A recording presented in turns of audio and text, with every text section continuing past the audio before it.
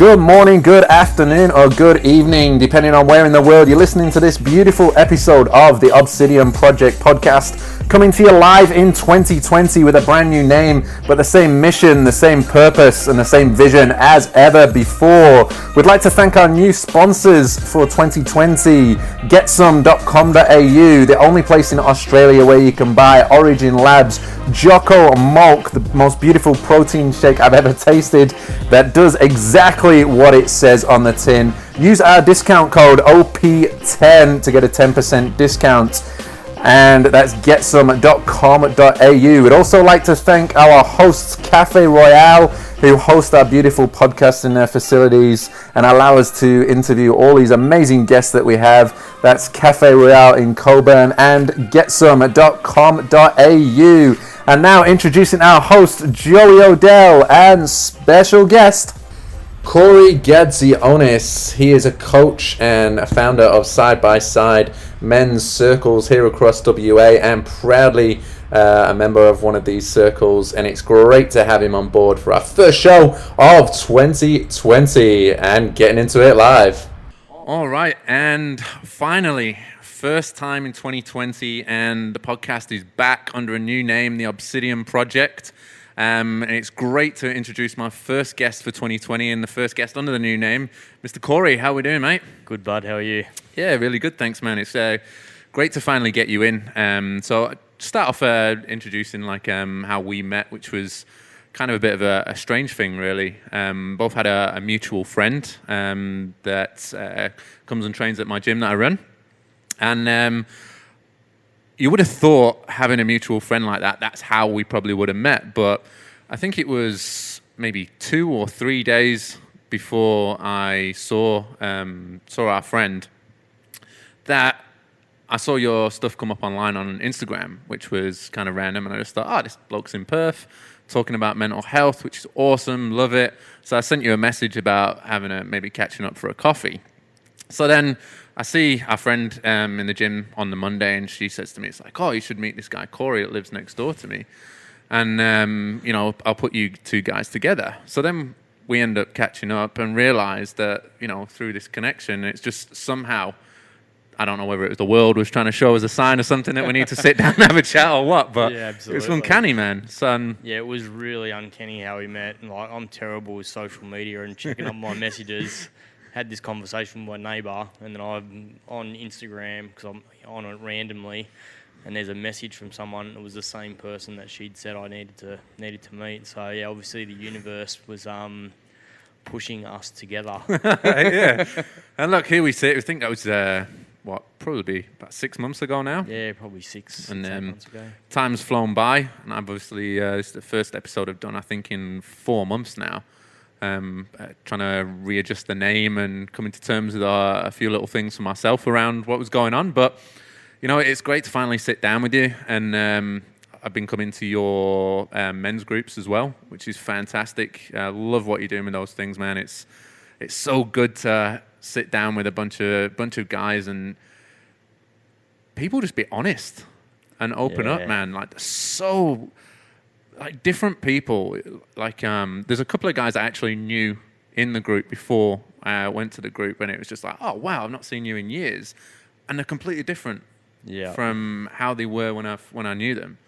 And people I've not met in my entire life that I probably would never run into in walks of life. And you can see the different emotions and things that go on and the things that get shared. And it's just great to see people that are so vulnerable and willing to open up in that way, man. Yeah, it's pretty. It's been a pretty mind-blowing experience for me to kind of create this space and have men come in and really just. I guess my whole philosophy is open your heart and do a lot of work around that. But just to see men be so open and honest has been really. It's been powerful as a leader in the space, but also just to see the friendships that have developed, and it's really become a safe place for guys to come and connect and talk about what's really going on in their world beyond the, beyond the football and the weather. Yeah, that's true. It's like, I suppose it's hard to, especially for a lot of blokes. I know I can speak about this myself because I've been in the same place. It's hard to find somewhere comfortable to open up, especially to another bloke. Like, it's one thing opening up to your wife or to a close female friend, but to sit in front of people you don't know, I know from my look, I'm covered in tattoos, I've got a shaved head, beard. I could, or most very well, could come across as quite intimidating to some people. Yeah. And obviously vice versa in other people that I see in the group, for example. And it's great that even though that stereotype is possibly there outside of this group, it's just not there at all within this group. Yeah, there's really no barriers in the group. It's really interesting, man. Like the backgrounds are so diverse from socioeconomic backgrounds through to business owners, through to upbringings, country of origin. It's really mind-blowing the different types of people that are in the space, and the similarities in the stories is what really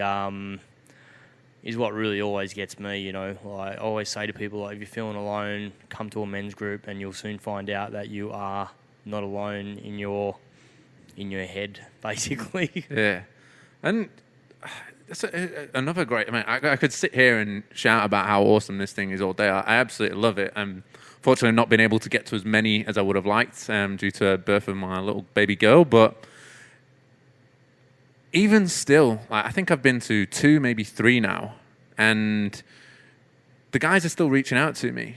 Like, they're still... I've met them, for maybe 3 or 4 hours of my life, but these guys are still so open enough that they're staying connected, asking how things are going, offering me dad advice, which is it's fucking incredible, man, that this space has been created. Yeah, it's interesting when you come along and you hear the guys have been kind of talking about who they've sent messages to and who they've connected into, and it's been amazing to be a catalyst for that kind of stuff to continue outside of the group. Yeah, it's good, man. Like, it must be quite.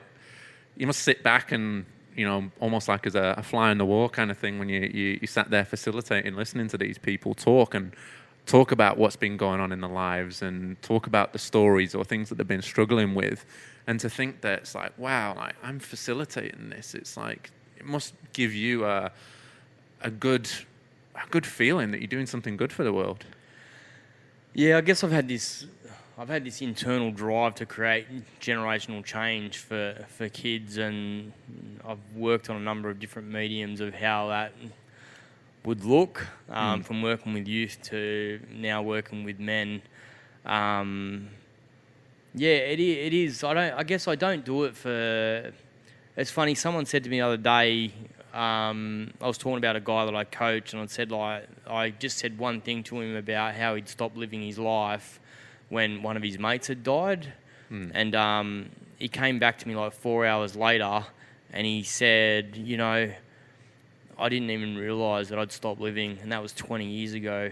Wow. Like, he'd just shut down all joy in his life because he'd lost a mate in a car accident. Wow.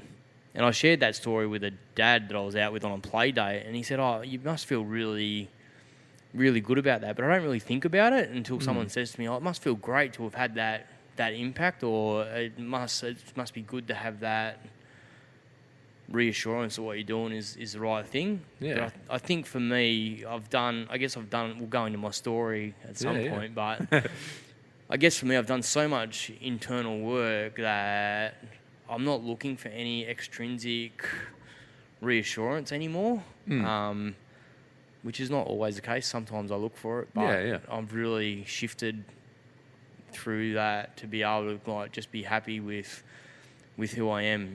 I speak to other people who facilitate this stuff, and they go, "Oh, how many people come?" I said, "Oh, 4 came along." "Oh, only 4?" I go, "No, not only 4, man." I'm like, that's what it's meant to be, right? Yeah. And we just accept things for what they're meant to be, then you stop kind of looking for that extrinsic gratification, I guess. Well, it's the thing is that I guess when you look at things like groups, and you look at things where you're trying to build something that involves numbers of people, I guess the numbers sometimes get above what you're actually trying to do in terms of success-wise. But you could have a group with 30, 40, 50, 100 people in, and, it's a great group, great session. But it was a good session. It was a good, it was a good event that you ran. And then you could have a group of just 2 people. And it just so happens that one of those people that week were potentially thinking about doing something that was life-altering, that could never be undone. Yeah. And I think it's that power to help somebody through that. You never know, that person could be in the 100. It could be in the 2. Yeah, that's right. It's not about the numbers. It's just about exactly. that sort of momentum to be able to actually make change and to help someone through what they're going through. It just comes down to your impact, right? Yeah. And just helping people be kind to themselves.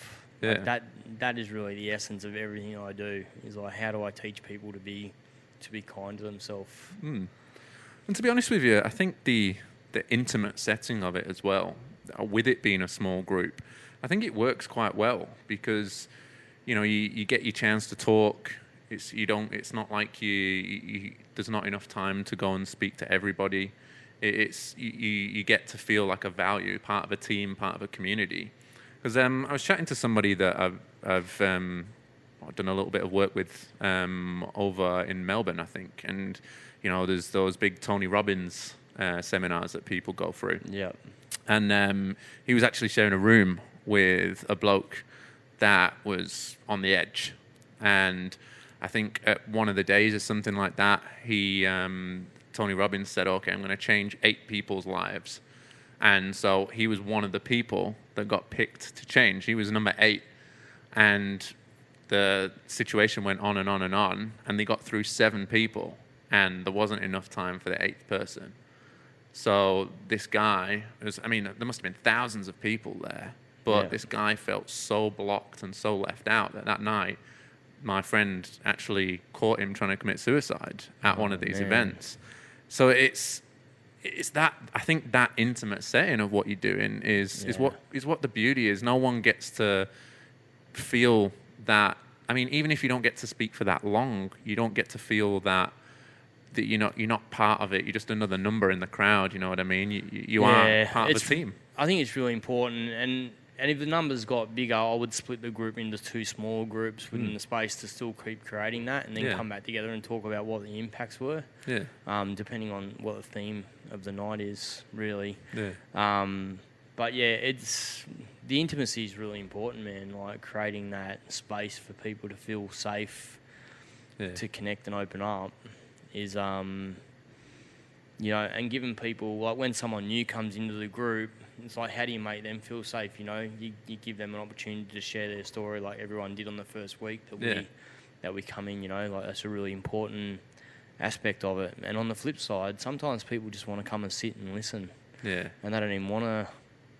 They don't want to speak. They just want to sit and observe. And then it's a text message, 2 or 3 days later. Hey man, I actually got ABC from the gathering. Like I've had men's wives come up to me and say, "Hey, when my husband comes home, he's the man that I married for the next 3 days after your men's circles." That's awesome, man. It's that's what makes my heart sing, man. That's what I love to hear, right? Yeah, I mean, I'm changing families. You've not just affected the people in the room; you're affecting the people around them as well, which is. I think it's the mission.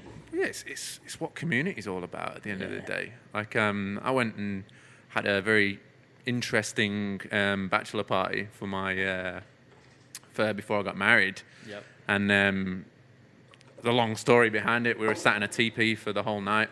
Just a bunch of guys sat around a teepee around a fire, sharing stories. We were slightly inebriated on a cactus, but that's another story. But I remember him, the leader of the group, saying it's like community is what's missing, but the understanding of what community is, which is common unity, is something that's massively overlooked. It's not just about looking at things directly at what they are. It's about affecting everything around it too, which I think is a beautiful that you're getting those results from it already, which is great. Yeah, it's a circle of influence, right? Like, I believe that if I influence 10 men, I'm actually influencing 100 people. It's a smart way of looking at it, man. You know, I'm influencing wives, children, brothers, fathers. Like, that's what it's all about. And that's what's missing, right, is community. If you go back to ancient times, you know, you go back to the Aztecs, Aboriginals, they sat around fires and they shared their stories. You know, if you go out to Laverton now, I've gone out and done some work in remote communities in Laverton, and I've gone out to the Aboriginal communities, and you go and sit around a fire and you share your stories. It's pretty awesome, hey? Yeah. I mean, that's what it's all about, right? And that's what I'm trying to build here, you know, and looking at how I can expand that. You know, I have wives reach out and say, hey, would you be able to talk to my husband? I'm like, well, actually, I'm sorry, but I can't, you know, because that's not my... Yeah. Like, people need to want to come to me. Yeah. So, but I said I can talk to you about how to talk to your husband. That's pretty cool. So, like, there's women's circles going to start this year. Oh, awesome. And then there'll be a mixed circle once every quarter. I'll get the two circles together. That'd be interesting. Yeah. But that's kind of the vision, right? It's about creating community, creating stronger families. That's awesome, man. I love it. I love the mission behind it, which is, you know, it's... I look at, like... I guess when I look at things, I always try and look from my own perspective, as in, like... I look from my life outwards rather than looking at everything around me. Yeah. So I try to talk as if from my understanding of what I've been through in my own life.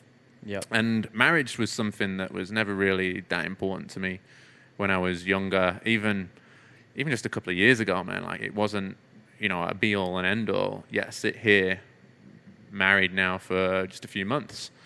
And I guess it was just for me, it was just an understanding of what marriage really is in terms of creating that community for yourselves, creating something that's strong and together. It's not necessarily about the piece of paper. It's not necessarily about the church, the rings, the celebration, the dresses, everything that goes with it. It's just this beauty of being able to help a group of people grow.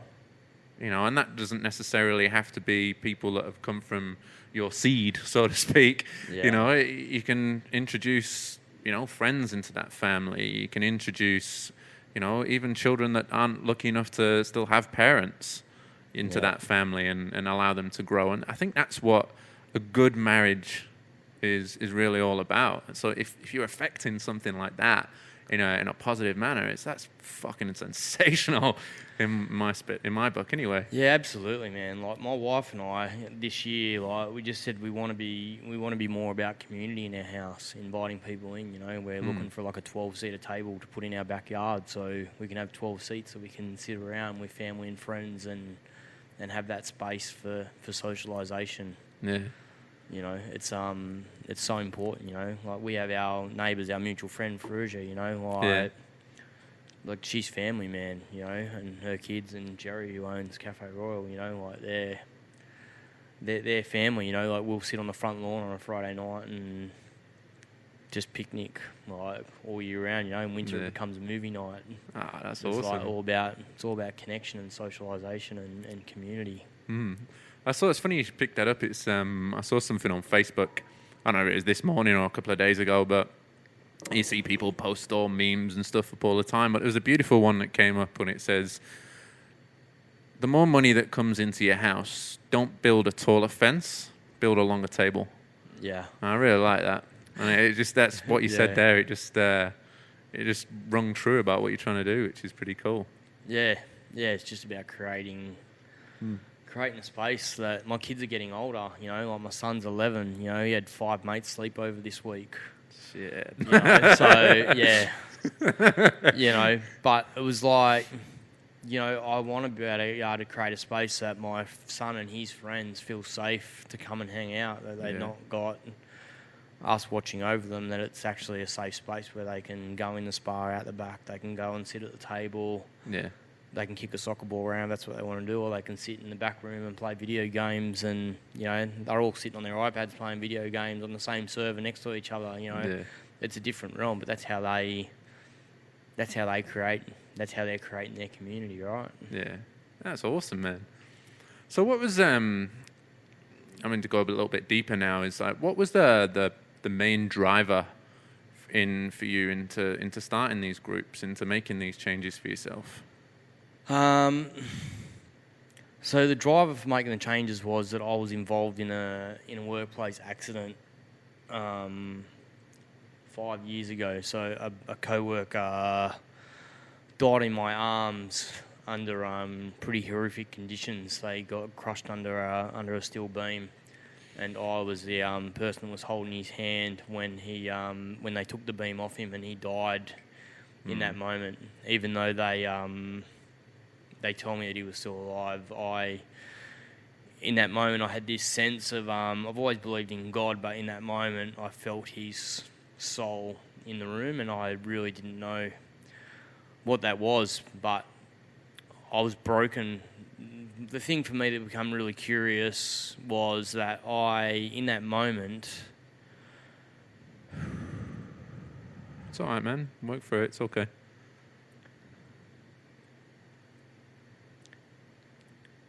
When he died, I collapsed. Like, I just lost memory of that time.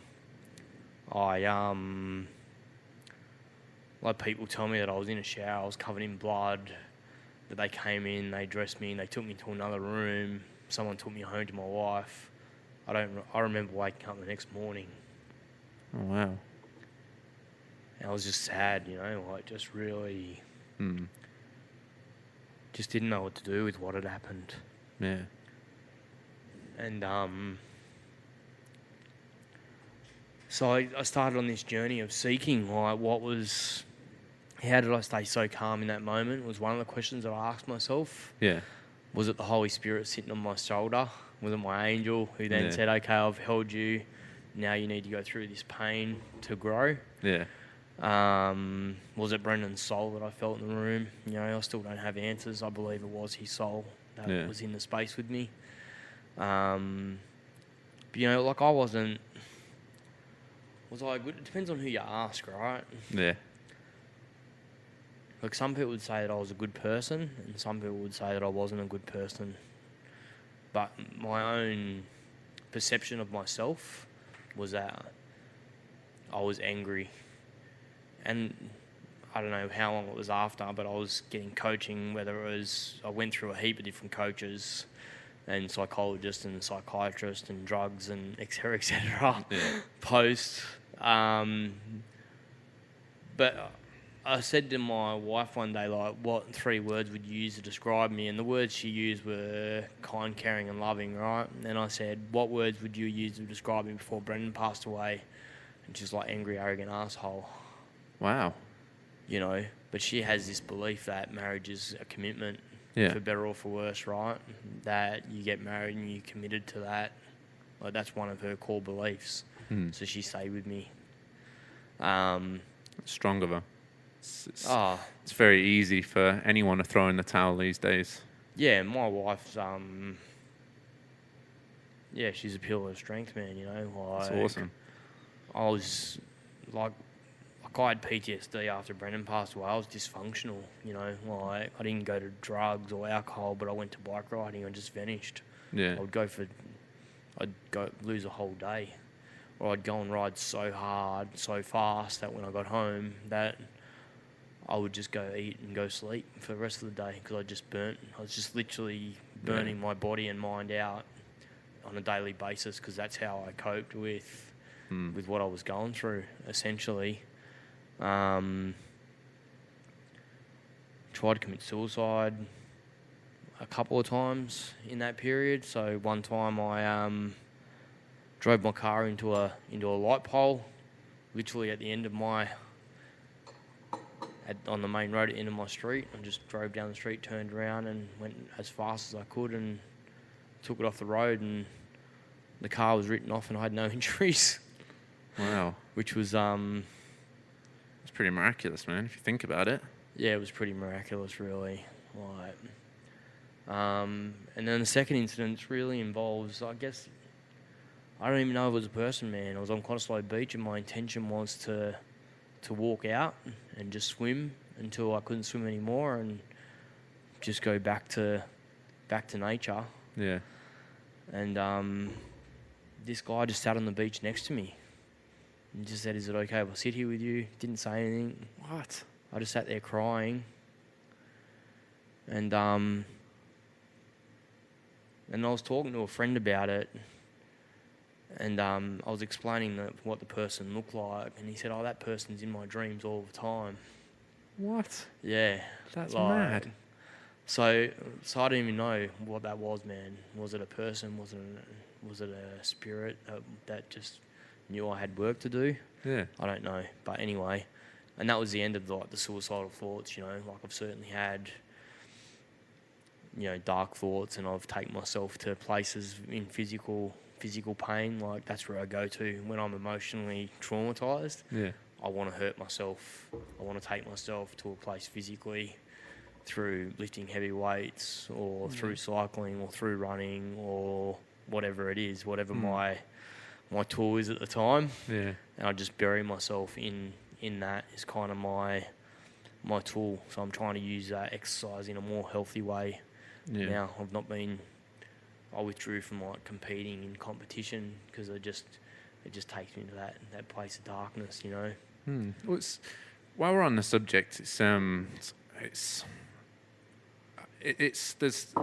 I guess a big debate in the world, and has been for a while now, of when it comes to things like depression and attempting suicide, that you got this holistic approach where you look after your health and your fitness, and then you've got the medical approach where you go to the doctors and they prescribe you some medication. And up until very recently, I was a big proponent of saying no to the drugs. Still think that way. I still think there's better options out there. But I was a big proponent of going, just look after your physical health. Just look after yourself. And just listening to your story now, and just before Christmas as well, unfortunately, I happened to lose a friend to suicide. Yeah. And to meet this guy, you would have said this is the fittest bloke in the world. Yeah. Absolute monstrosity of a man when it comes to his build, what he looked like. How he lifted, one of the strongest people I've ever seen. Yeah. And obviously struggling with his mental health from how we lost him, unfortunately. So I think I go back to pre-Brendan, my younger version of self. I hit the gym at 15, right? And it was all about protection and self-preservation, and no one's going to fuck with me again, I had a childhood that wasn't a perfect childhood, but we all have a lens of how we view things, and some people in my family view it one way and I view it another way. But regardless of that, I built this facade, right? I built this tank of a body, and it was like nobody's going to fuck with me, and that's how I carried myself. I carried myself with my shoulders back, and I would look at people as if to say, this is not going to go well for you if you start anything here, so was that guy, was he building a tank? Was he building this protection around himself because he had this fragile inner child? Maybe. I can't speak to that. I can just speak for myself. That was my own, had this fragile inner child, so I built this physique of protection. Well, it makes a lot of sense. And I guess before this happened, it's, I think a lot of people, especially if you go to, I suppose, any gym in the world, there will be a proponent of people that are in there because they're looking after the mental health. And although it's what I would consider personally as a better option than going down the prescription medication for looking after things like that, there's obviously, it's not the end, where I think is a lot of people come unstuck. And I've seen, the more and more I do work in the mental health sort of sector, you see more people saying he was a fit guy or she was a fit girl and she had everything going for her. She was determined. She was very focused. But there's obviously a certain lack of, I hate to use the word coaching, but more there's a lack of understanding of how to deal with the actual problems that are much deeper. Well, they're wearing a mask, right? Which is why they're in a gym. Yeah. Training and doing whatever they're doing, right? Because their mask is, it's so hard now because there's this perception of body image. Like, women are actually doing a better job of addressing body image. I don't think men do a very good job of it. Teenagers, steroid use is rife amongst 16, 17-year-olds, which is crazy because they're in the prime time of their life to build muscle without drugs. But yeah, I think people just have masks on, man, and that's what the men's circles do. It allows everyone to just come in and take their mask off, so they're just men. Yeah. As far as medication, I'll share my story around that, right? So, when I first got diagnosed with PTSD, I'm like, no meds. Yeah. I'd seen my mum on and off meds for years, right? And I just went, no meds. And I went to a psychiatrist who did some EDMR, so rapid eye stuff with him, and probably cried for the first time in my life. Like, really cried and let it out. And then he sat down and he said, Corey, the reason you need the medication is not to take for the rest of your life, but there's a story of the soldier in the hole, right? There's a soldier in a hole, and an officer comes past and says, hey, get out of the hole. But you can't get out of the hole, right? Yeah. And then a warrant officer comes past and says, jumps in the hole with you for half an hour, and then says, all right, you need to get out of the hole, and then he jumps out of the hole. That's your psychologist. Yeah. And then his mate jumps in the hole. He goes, what are you doing, man? He goes, I'm going to help dig you out. And he's got a shovel, and he helps digs him out of the hole, right? And that's what the medication is. Yeah. But once you're out of the hole, the problem is the system believed that I had to stay on the medication. For me, the problem was that I was starting to feel I'd kind of switched from psychology to life coaching. Yeah. It was he had a degree in psychology, but just different style. I just connected with him differently. So I'd been seeing a psychologist who'd done good work, but was entrenched in the medication realm, and wasn't open to me getting off the medication. And so then I engaged in this other coach, and 4 weeks after engaging with him, I was training hard, I was feeling happy, and then I'm like, and I think about things a lot, right? Probably too much, to be honest. And I'm like, okay, I'm happy, but am I happy because I'm on medication, or am I happy because I'm fucking happy? Yeah. Right? That's a big head fuck. So what do you do, So I was I don't do anything in halves, right? I'm not a doctor. I don't advocate anyone to do this. But I threw my meds in the bin. So I went off a super high dose to nothing. And in 5 days, I was like ill. I was starting to get mood come back in, et cetera, et cetera. And then I went to my coach and said, hey, I've gone off the meds. This is what's happening. And it was funny, we'd done some I was doing inner child work. So we'd kind of done this really deep journeying, like inner child protection work. And then I went to the bike shop and hung with some mates after that. And then I went home. And I got home and I had a massive, massive headache. Like, I rang him up. I go, man, I'm going to die. Like, that's how sick I was. And he's like, mate, I just want you to go get your wife and take you to the beach. So he took me to the beach, and like literally 80% of my pain went away within 10 minutes of being in the ocean. It was just surreal. And I haven't been on the meds since then, and I've had heaps of trauma, man. Ferrugia, our mutual friend, Yeah. her son was like my son. I went off the meds a week before he died. And it's all right, man.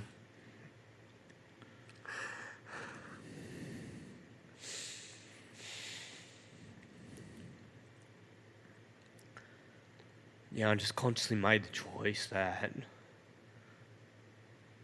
A, I was going to speak at his funeral, and B, I was just going to be present for Mira, Faruja and Soraya. Yeah. You know.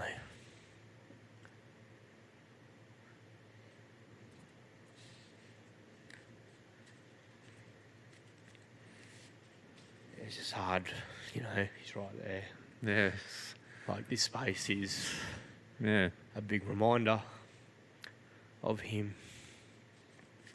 Yeah, for those that are listening in, there's the place that we're actually holding the podcast in is the cafe of our mutual friend and friends and family, and it was sad just a few years ago. Our mutual friend, unfortunately, Frisia, and her family lost someone very close to him, just a young boy, just 10 years old, and his picture sits over us, watching down on us, and it's a very spiritual place. I've got a few friends that have come in here.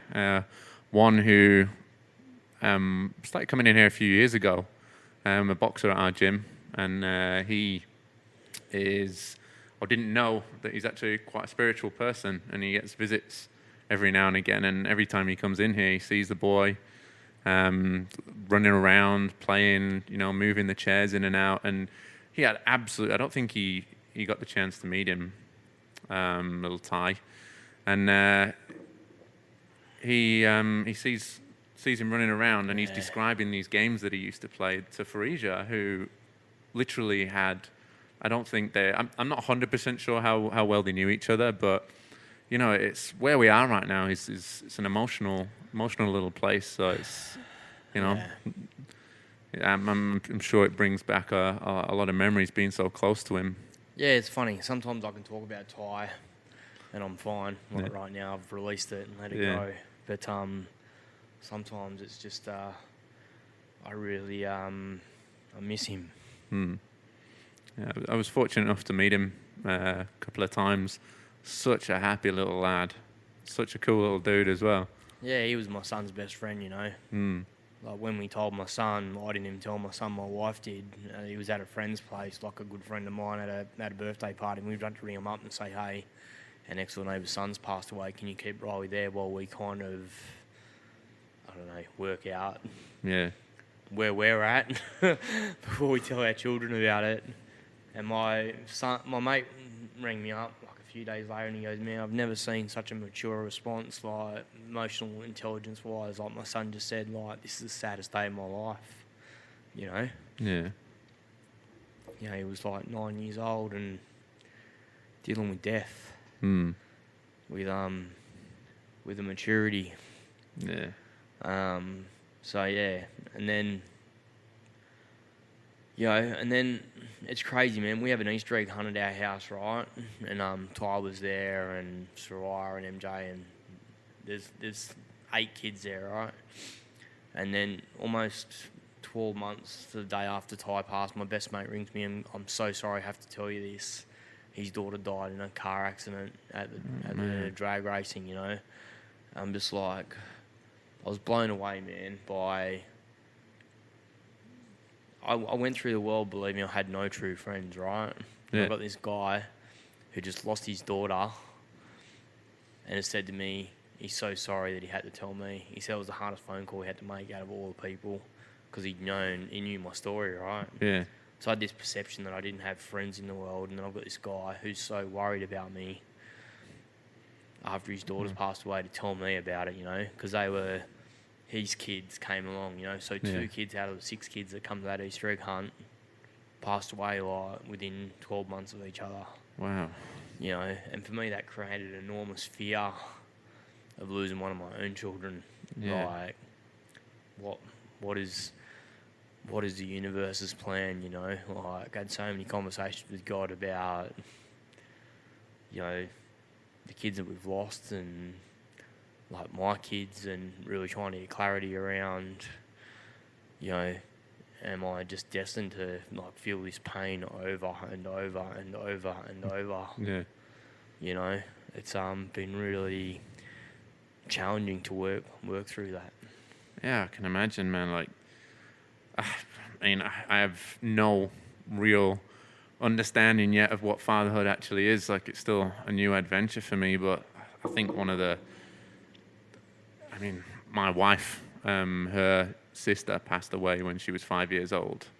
So she has had, someone young pass away as well, so close to her. And it's, for me, I've never really had that, but listening to stories, obviously being close to Farija,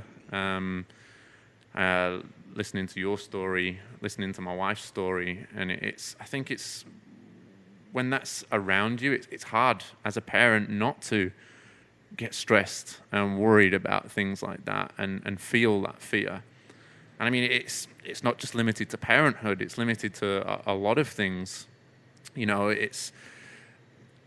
Mental health is a funny old thing. It can be brought on by trauma, or let's not use mental health as a bit of a general term, but depression, for example, is something that can be brought on, for what's I would say in the mainstream as things that happen to yourself. But that doesn't mean that people don't suffer from things that are around them, especially people that are close to them, children, friends, family.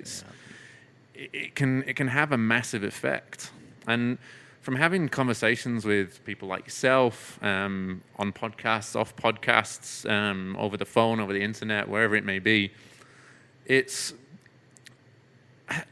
think I suffer from this as well, is a fear of your story or what's happened to you not being strong enough to compare it to somebody else. Yeah. Which is, it's a really hard thing. I think this is something that I, to be honest with you, struggled with. I think this is why I stopped recording episodes on the podcast. I had another good mutual friend of ours, Lockie, onto the podcast, and I was listening to his story, seeing what he was doing. And I started to shut down to myself listening to what he was going through. Yeah. And what he's actually been through. And I said to myself, this little voice came in my head and said, "You're not worthy. You don't deserve to be doing this. He's got a much more painful story than you." And it shut me down. And I think that's quite common for a lot of people. So it's, if anybody is listening to this and, maybe you're sitting there feeling your story or what's happened to you is not big enough to talk about because of what you heard on or what you saw in a podcast or Instagram or wherever it may be. Or maybe you've never actually had anything happen directly to you, but it's happened to people around you that's indirectly or inadvertently affected you quite hard.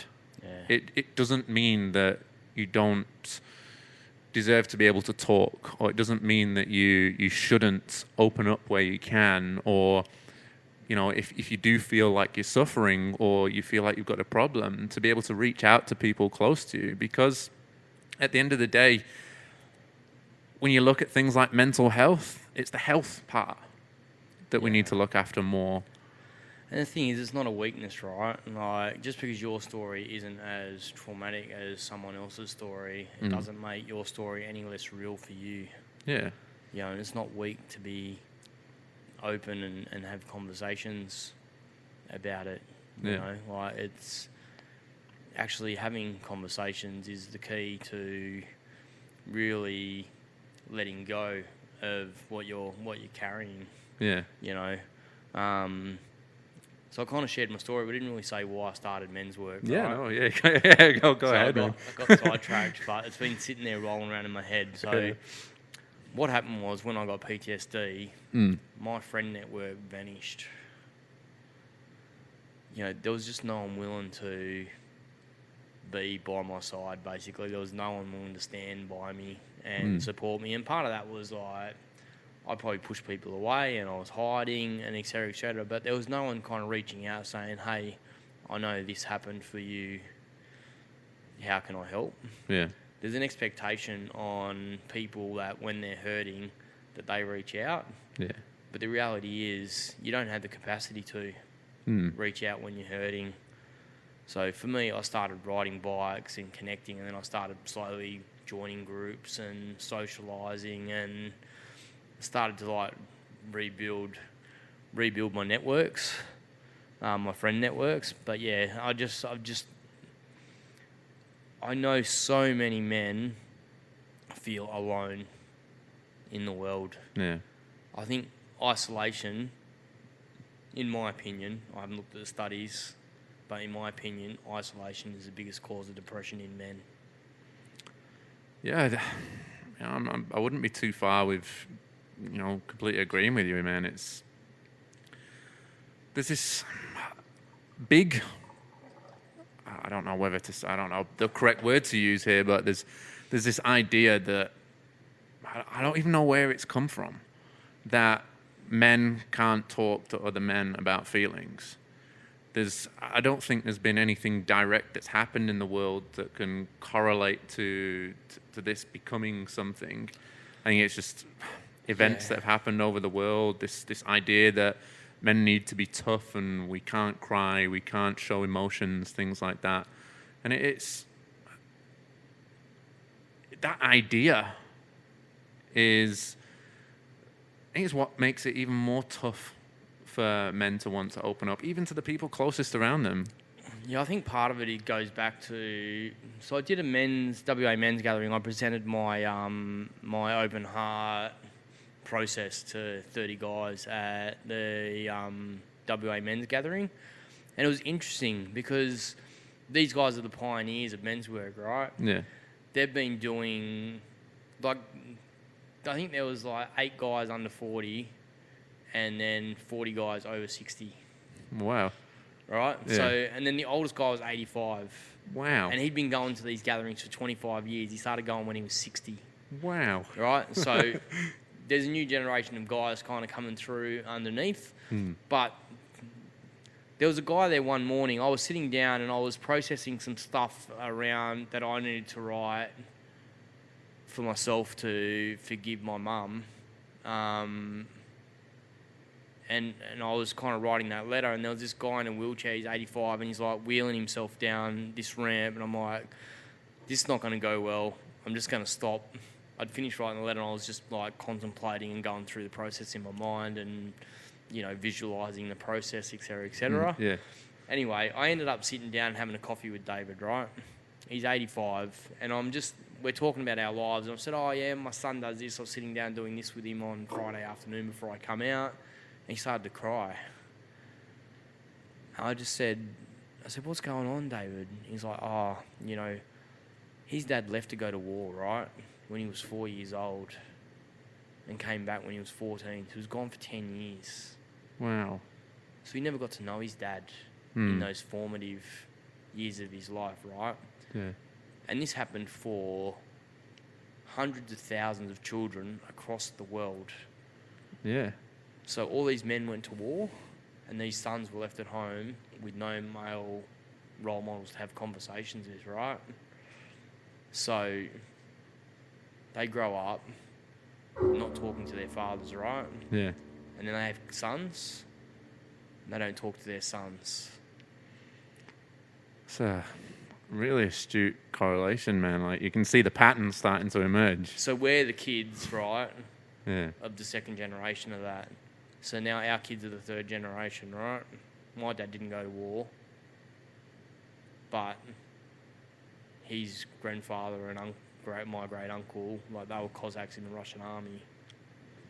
So, there's this stuff that gets passed on, and then it just becomes culture, right? And then all of a sudden, we have to change that, and that's why my driver is for generational change, right? Yeah. Because it has to be a generational shift. And they say it takes 4 to 5 generations to create change. I like it, man. It's funny. I did a talk to one of the Rotary clubs just this past Thursday, and one of the things I spoke about is something that I heard. I think it was from a guy that I like to listen to called Simon Sinek. And he was talking about how failure has disappeared, how hard work and mental toughness has disappeared from our generations of children.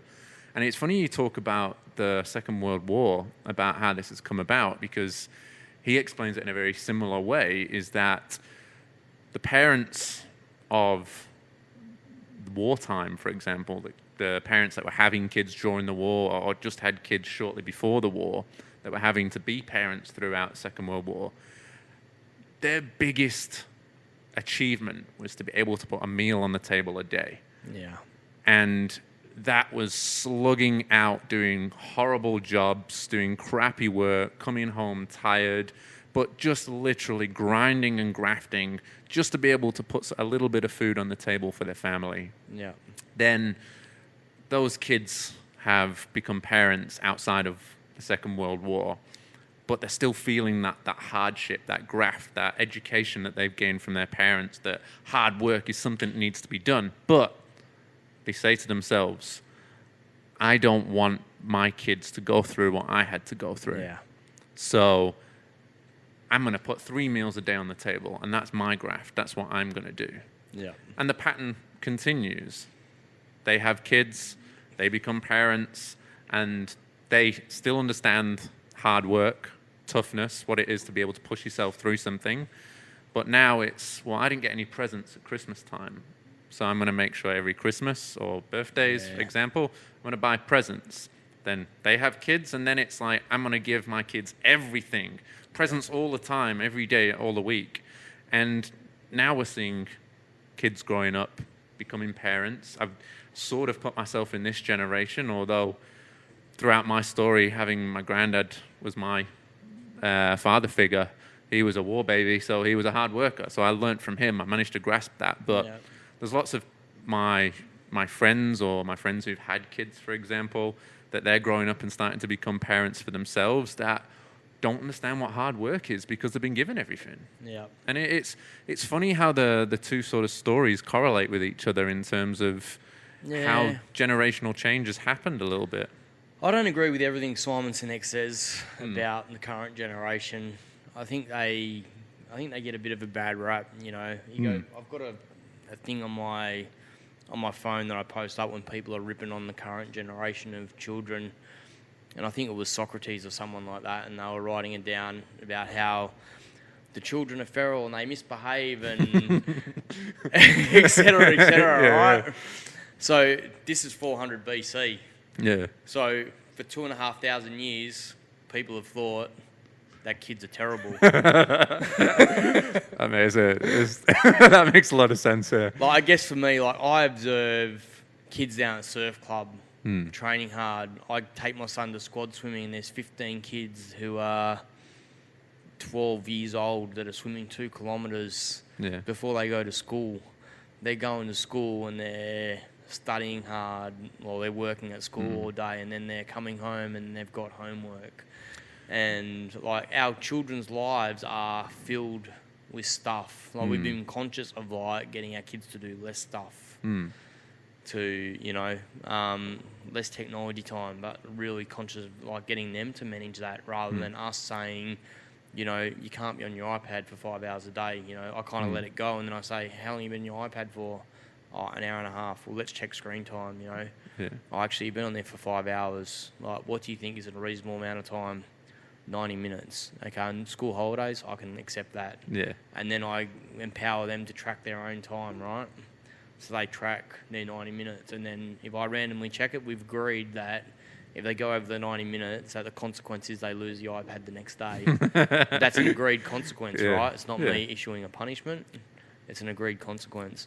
So I think there's some of what Simon Sinek says is true, but from my observations of young people, it's not necessarily true for all of them, right? Like there might be true for pockets of people, but that's the same for every generation, right? There was guys who didn't want to go to war. Yeah, true. You know, you had like the 60s, the hippie generation, you know. So I think there's differences in every generation, but I think for Simon Sinek, someone who's so famous to like just rip millennials a new one. Yeah, obviously I wasn't quoting him word for word. Pretty close, but yeah, I do like to listen to him, but I know his stuff well, man. Like I've listened to him, you know, because people have said, "Oh, you should listen to this. Like it's really interesting," and then I just go, "Well, actually, I don't." You know, and that's the thing about opinion, right? That Simon Sinek has an opinion. It's not necessarily fact, and I have an opinion about my belief around it. But if Yeah. If it's not a fact, it's not a fact, right? Yeah, of course. I mean, this is the perception that I took from it.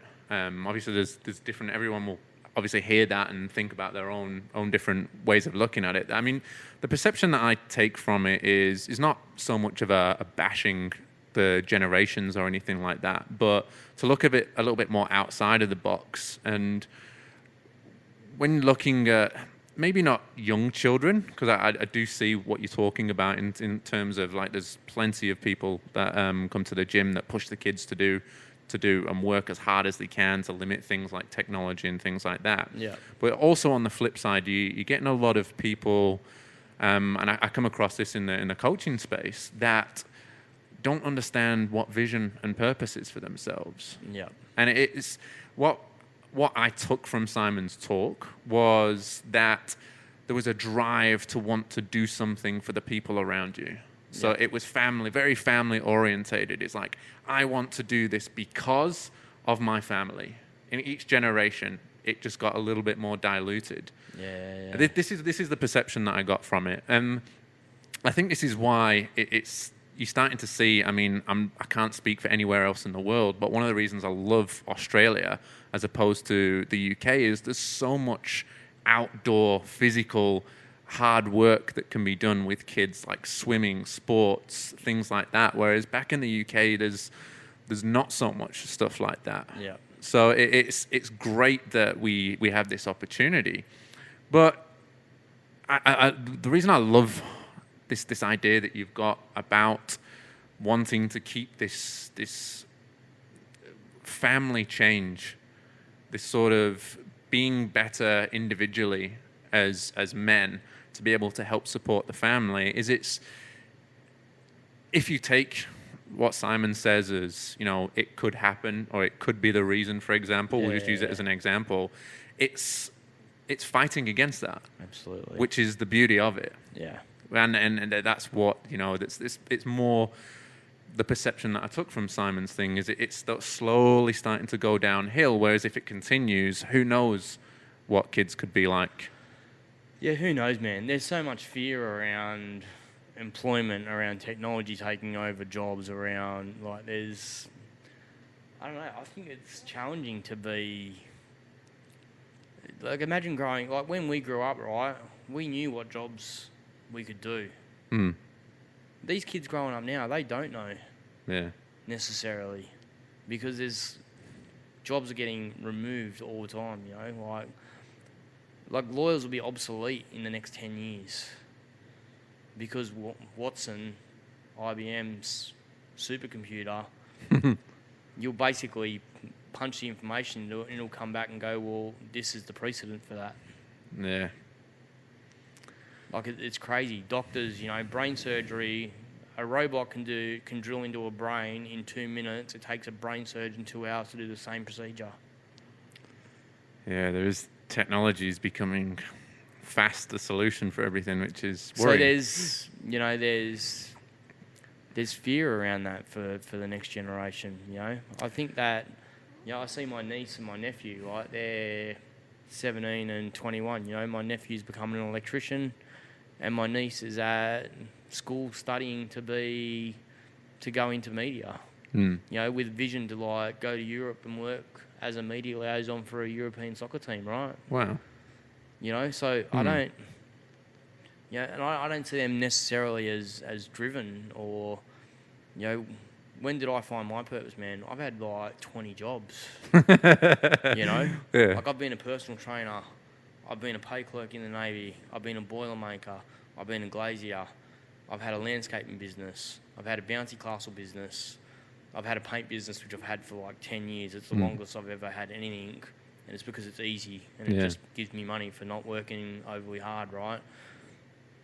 I'm 44, man. I've only just found my purpose, right? But it took an enormous amount of trauma for that to happen. Yeah. I've always worked hard, but I haven't necessarily always had purpose, right? My purpose was to earn money, to be free, to do what I want to do. Yeah. Do you think then that obviously things that you're doing and I guess you're not just creating a safe space, but you're creating an education platform too. do you think this educational understanding, like we go back to the war, talking about things like that, you say about you understood your purpose through trauma.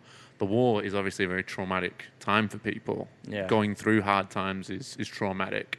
And obviously we live in a world that, yes, you could call it clouded and cloaked, and you could go into massive wormholes and conspiracies about the way the world is right now. But it is the way it is at the end of the day. And that lack of intense trauma like war, for example, that's not around. Do you think that the education system now needs to step up to start to come to an understanding where this is something that, well, if we can't learn it through trauma, we have to learn and understand what our emotions really are, how building and understanding what purpose really is, rather than just sticking to the old maths, English, and your sciences sort of thing. It's something that needs to really come into the education system.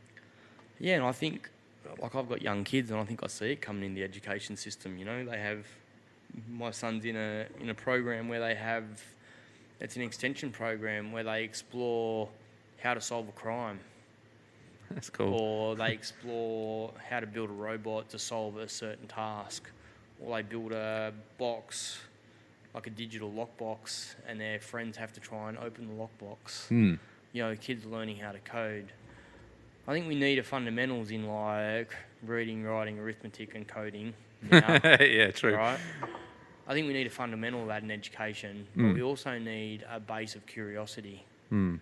We need to teach kids how to be curious around their emotions, and part of it's like educating parents, right? Which is like what you're saying. Like, I don't look at what I'm doing as education, but it is. Yeah. You know, I've got Indirectly, right?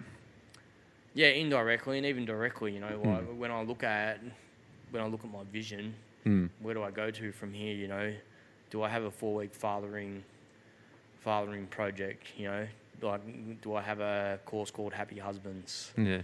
Epic Dads that runs for 4 weeks that people can just go on, pay their $45 and go and do that program, and they have an option to do it for $400 where they'll be connected in with other dads for 10 weeks. Yeah.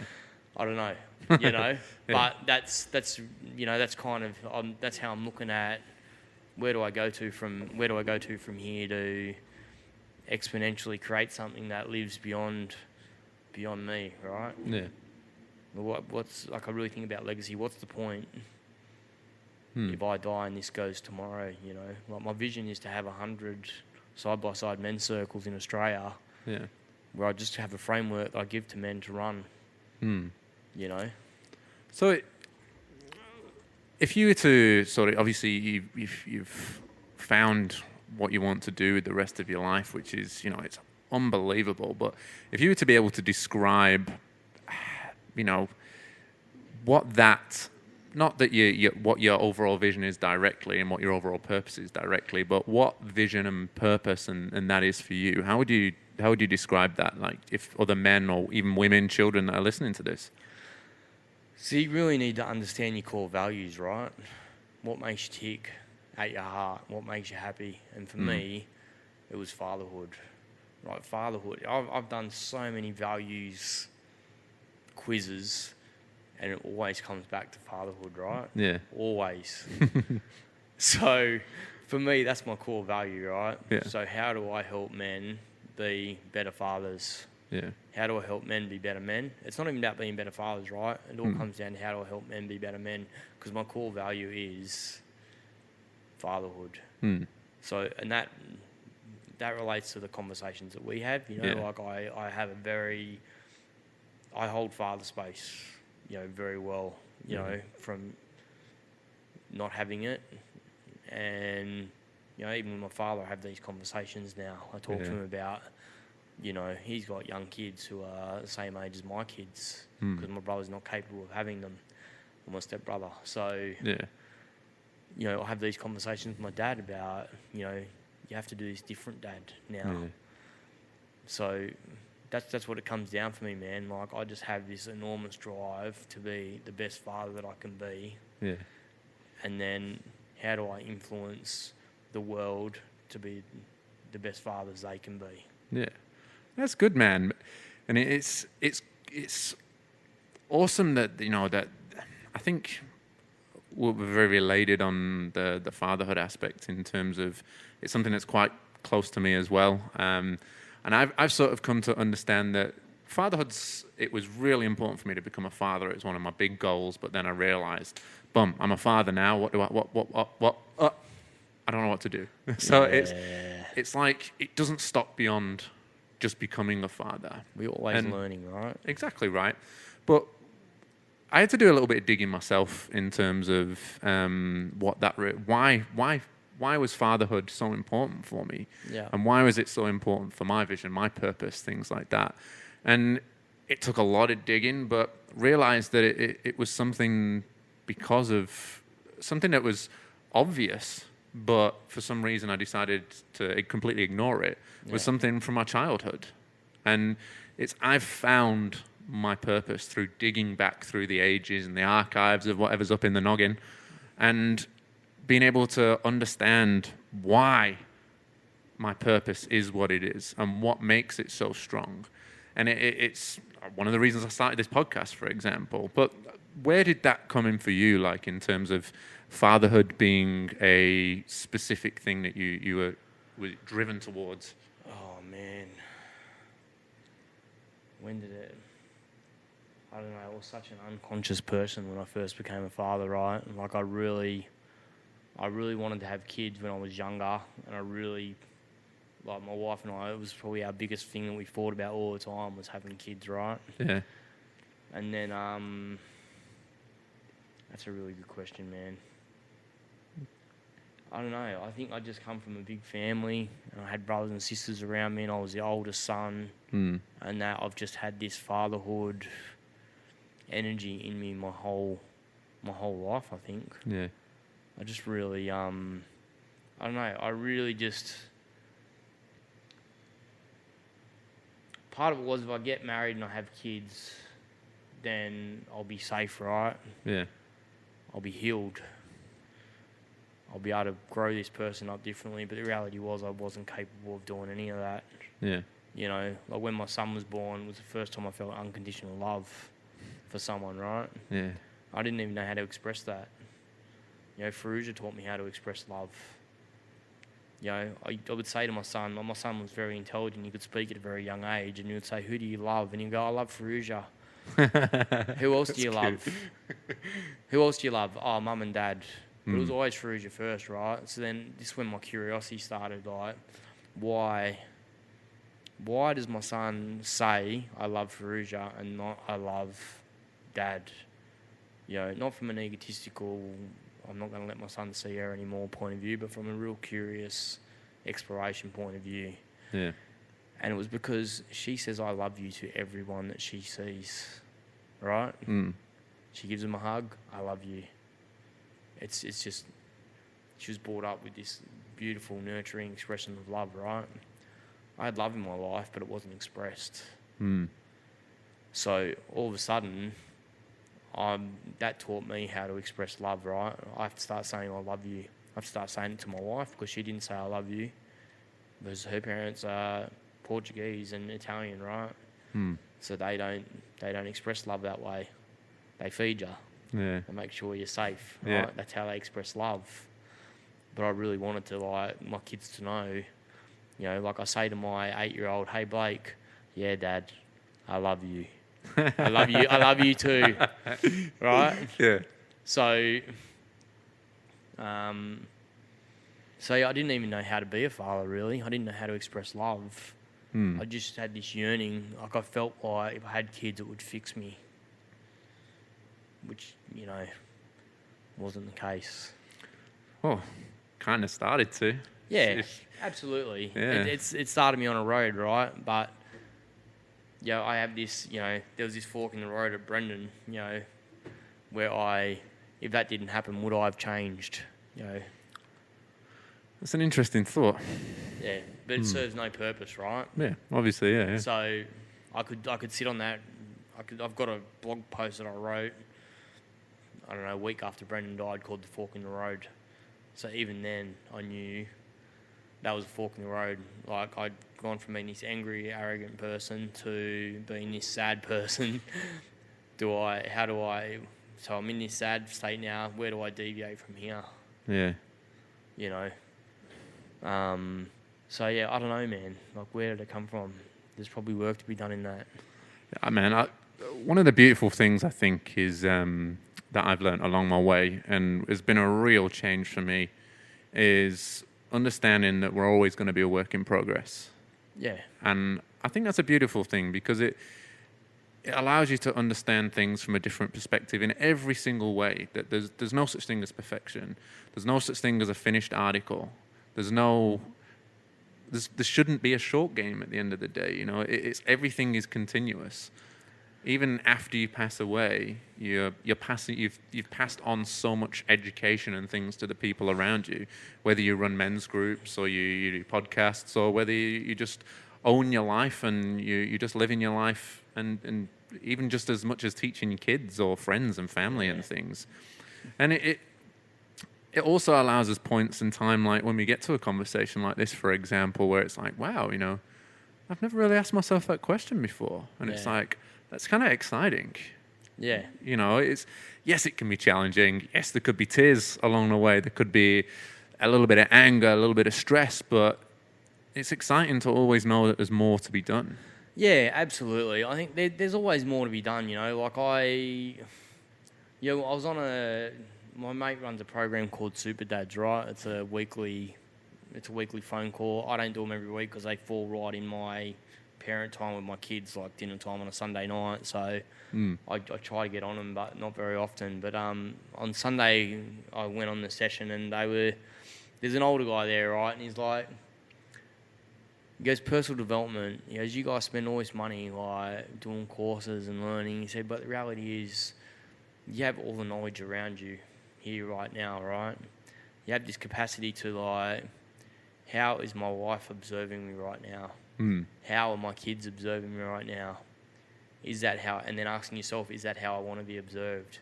It's like gaining these points of view outside of yourself, and that's when you really grow, right? You know, how can I grow? You know, even in the men's circle, you know, like I've been evolving as we've been doing that. Like I've gone and done other work and research and reading, etc., etc. So we've it's always bring it back to I, because people were soliciting advice. You should, okay, how? So use that as an I statement. Yeah. And if they can't, then they can't solicit the advice, right? Because it needs to come from their heart and from their perspective, not from the male energy of, I need to fix this guy. Yeah. Right? So, yeah, it's just I guess that's how I kind of try to really look at personal development is, do I really need to be doing more and more courses and programs? And I don't really look at my men's circles personal development. I guess they could be deemed that. Well, you could look at things and like say, even just sitting down with a mate and having a coffee is personal development, because they may be able to teach you something that you had no idea. Yeah, exactly. You know, I think everything that we do has some form of education in it. If you're not being educated, you could be educating somebody. So there is that space, but I think it more directly relates to, you know, I mean, sitting in the groups myself and just listening. You know, there's a bloke in there, obviously I don't want to mention any names, but there's a bloke in there that I would not come into paths with any day of the week. Yeah. Just not my type of person. I don't know him that well, but we just wouldn't bounce together in the same circles. Yeah. But sitting there and listening to what he had to say about being a father, being a married man, about going through the things that he had to go through, I'm like, this is fucking gold. I wish I had a notepad to write some of this stuff down, because it wasn't that he was directly going, you should do this or you should do that, but he was telling me he was telling me a story. Yeah. And to me, a story can be used as a metaphor. It can be used as a what not to do or what to be aware of. So it's, you know, I think the word personal development is, you know, if you go, there's personal development courses out there, which are good. I'm sure there's a lot of good stuff out there. But at the end of the day, it is just about learning from any opportunity, from anything that you can do. Yeah, and if you're not ready to look at an alternative person's perspective, then you're wasting your money on coaching. Yeah, I agree on that. I agree on that because you do have to be open. You have to be ready for a challenge. You have to be ready for change. You have to be ready to talk. You have to be ready to be told the one thing you don't want to be told, pretty much. Yep.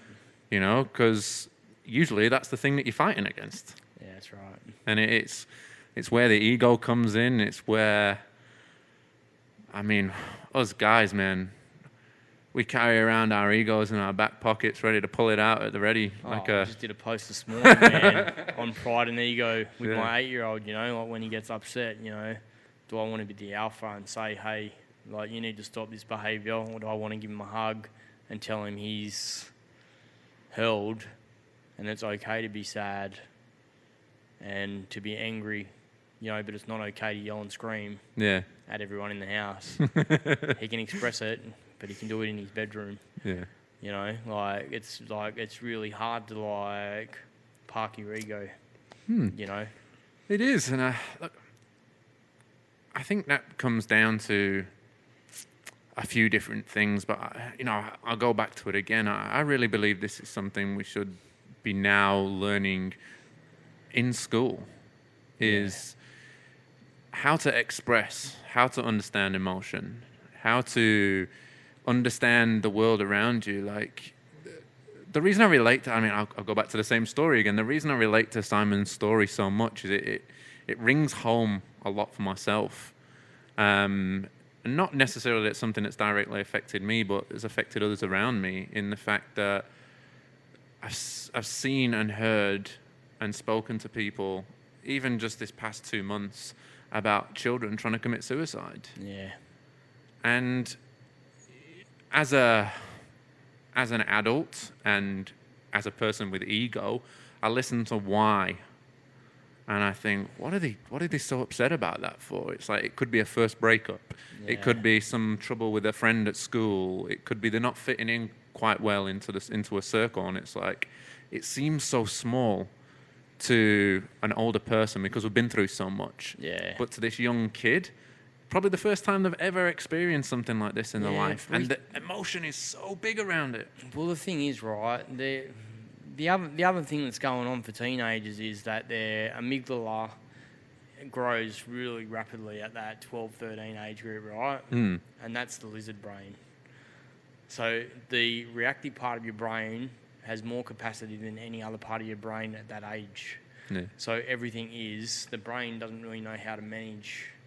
The logical brain doesn't know how to manage all those emotions. Yeah. So that's like, there's a whole bunch of brain psychology going on around why teenagers feel that stuff that they feel, you know, and we kind of forget that we went through and felt that stuff and experienced that stuff, and you know, and then it's very easy for us to minimise it rather than just going, okay, well, I think that maybe the parents need to be taught emotional intelligence so they can then have a conversation with their kids to de-escalate that situation. There's 100 different ways that you could definitely attack this. To be honest with you, I think we need to attack it in both ways. Yeah, absolutely. I think that would be obviously the perfect catalyst to change, if you want to put it that way. But yeah, it just takes, everything takes time just to build things, right? And it's hard to find people who want to collaborate. Yes, like that's true. It is really, like, everyone is so protective of what they've got that they don't want to collaborate. You know, Happiness Co., that's how they've got so big so fast, right? Yeah. Through collaboration. Yeah. And that's where the ego comes into play again. It's even a wanting to help so many people, the ego takes over and protects it. Yeah, which is crazy. It's like, I want to help these people, but I don't want you to help them. And it's like, why? What's the story? Where I really want to look at, you know, we spoke about like a website that's collaborative, you know. It's about like building a footprint of what side-by-side Circle of Men looks like. You know, I'm working with a guy in Armidale who wants to launch a circle at the moment. Yeah. You know, I'm just sending him resources and going, okay, this is where I started. So I've created this footprint of where I started. And then I'll follow up with him and say, hey, man, like, how you going? Like, have you had the first circle? Have you created the space? Like, where you at with it, you know? And then get him to start that, right? And then hopefully that's someone who come to my circle. Yeah. That wants to do his own. Oh, right? that's awesome. So, you know, and then double. Then we've got 2 circles. And then, you know, they can all get promoted through the centre, you know, and find other circles and going, okay, this is where they're at, this is where they're at. Because like, the reality is, I can't be everywhere and I don't want to be everywhere, you know. If I do that, at the moment my kids are 8 and 11, you know. I need to be present for when they go to bed. I need to be there to take them to school in the morning. Like, that's what I want to do. Like, there's no point in doing all this stuff if I'm no longer living my highest values. It's funny, I hear you talking about that, and a few people pop into mind in my own head without mentioning any names, but I think that principle that you're looking at there, not just as a father, but outside of that, as much as I think business owners struggle a lot with wanting to be the person that's everywhere. And I think it's a good principle for somebody in that space as well to look at, in terms of it's really easy to get caught in the trap of wanting to do everything because you want to have that control. You don't want to let it go. You want to make sure that this has happened and it's going to work because you want it to work this way. Yeah. And it's. I mean, we had a conversation off air. It stifles productivity, right? It stifles creativity. Leadership. It doesn't let people be curious to create new opportunities that the business might not be able to see. It's interesting, man. It's and I mean, then that can then roll into like you say, you know, you don't want to be. You want to be able to see your kids to bed, and you don't want to be the person that's everywhere. And I think with the problem is, if you go on that flip side, it does end up affecting your family. It does end up affecting your friends, your social life, if you are trying to be everywhere and everything. Yeah. And it's a fine balance, man, between, you know, like people say to me, oh, you need to be building this, like this is the target, you need to do this. I'm like, oh. No, I don't have to do any of that stuff, you know. Like, I worked hard, so I'm financially stable. Yeah. Like, I just need to do what's in front of me here and now. Yeah. Well, that's beautiful, man. And just before we wrap up, it's obviously like, I love these men's groups, man. Like, I wish I could get to more of them. I'm glad now that you're opening up. You're doing 2 a month, which is fantastic. It gives me more opportunity as a bloke to go down there and see the guys and have a good chat. Obviously, we're quite local at the moment. Just here in South Lakes South Lakes in Perth, Western Australia. Obviously, you want to grow more of these, and I'm blown away with where this podcast has gone in just a few episodes. So there's people around the world, man, will be hearing this, and you know, if somebody hears it that wants to join locally, or somebody that possibly loves the idea of what you're doing and wants to start up their own, like, where could they get some advice from you, or pop down and get in contact? My Facebook page is Side by Side Initiative, and that would be, they could reach me on there, or I can give you my email address is sidebysidemen@gmail.com. So they could reach me on those, and I'll just give Joey my private Facebook page, and then people can kind of reach me through that as well. That's cool, man. Well, dude, it's been awesome. Like, I think we should have probably done this a lot sooner. But, you know, things get in the way, and it's, you know, it's great to finally sit down and have a coffee and sit down in this beautiful cafe that's, you know, brought so much love to so many people. And, you know, they're great, these guys, being able to offer me this space for just time to be able to do what we're doing here, which is fantastic, man. And really appreciate you coming along, man, having a good chat, and I'm sure we'll be seeing more of you in the future, man. Cheers, Joe. Appreciate it. Awesome. Thanks very much, buddy. Thanks, mate.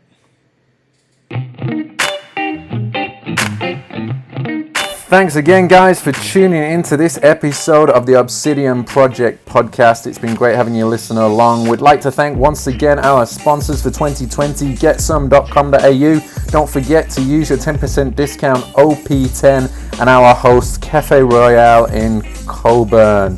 And now stay tuned for this important message. For those listening, or for those in need of any immediate help, please contact Lifeline on 131114 or Beyond Blue at 1300 224636 for those in Australia. Or they also have a website, beyondblue.com.au. If anyone listening to this outside of Australia, feel free to contact us at theobsidianproject.com. Our email addresses are there, and we'll direct you to the best available source in your area. Thanks very much again, guys. Show your support to anyone around you and share this podcast to anyone you think may need it.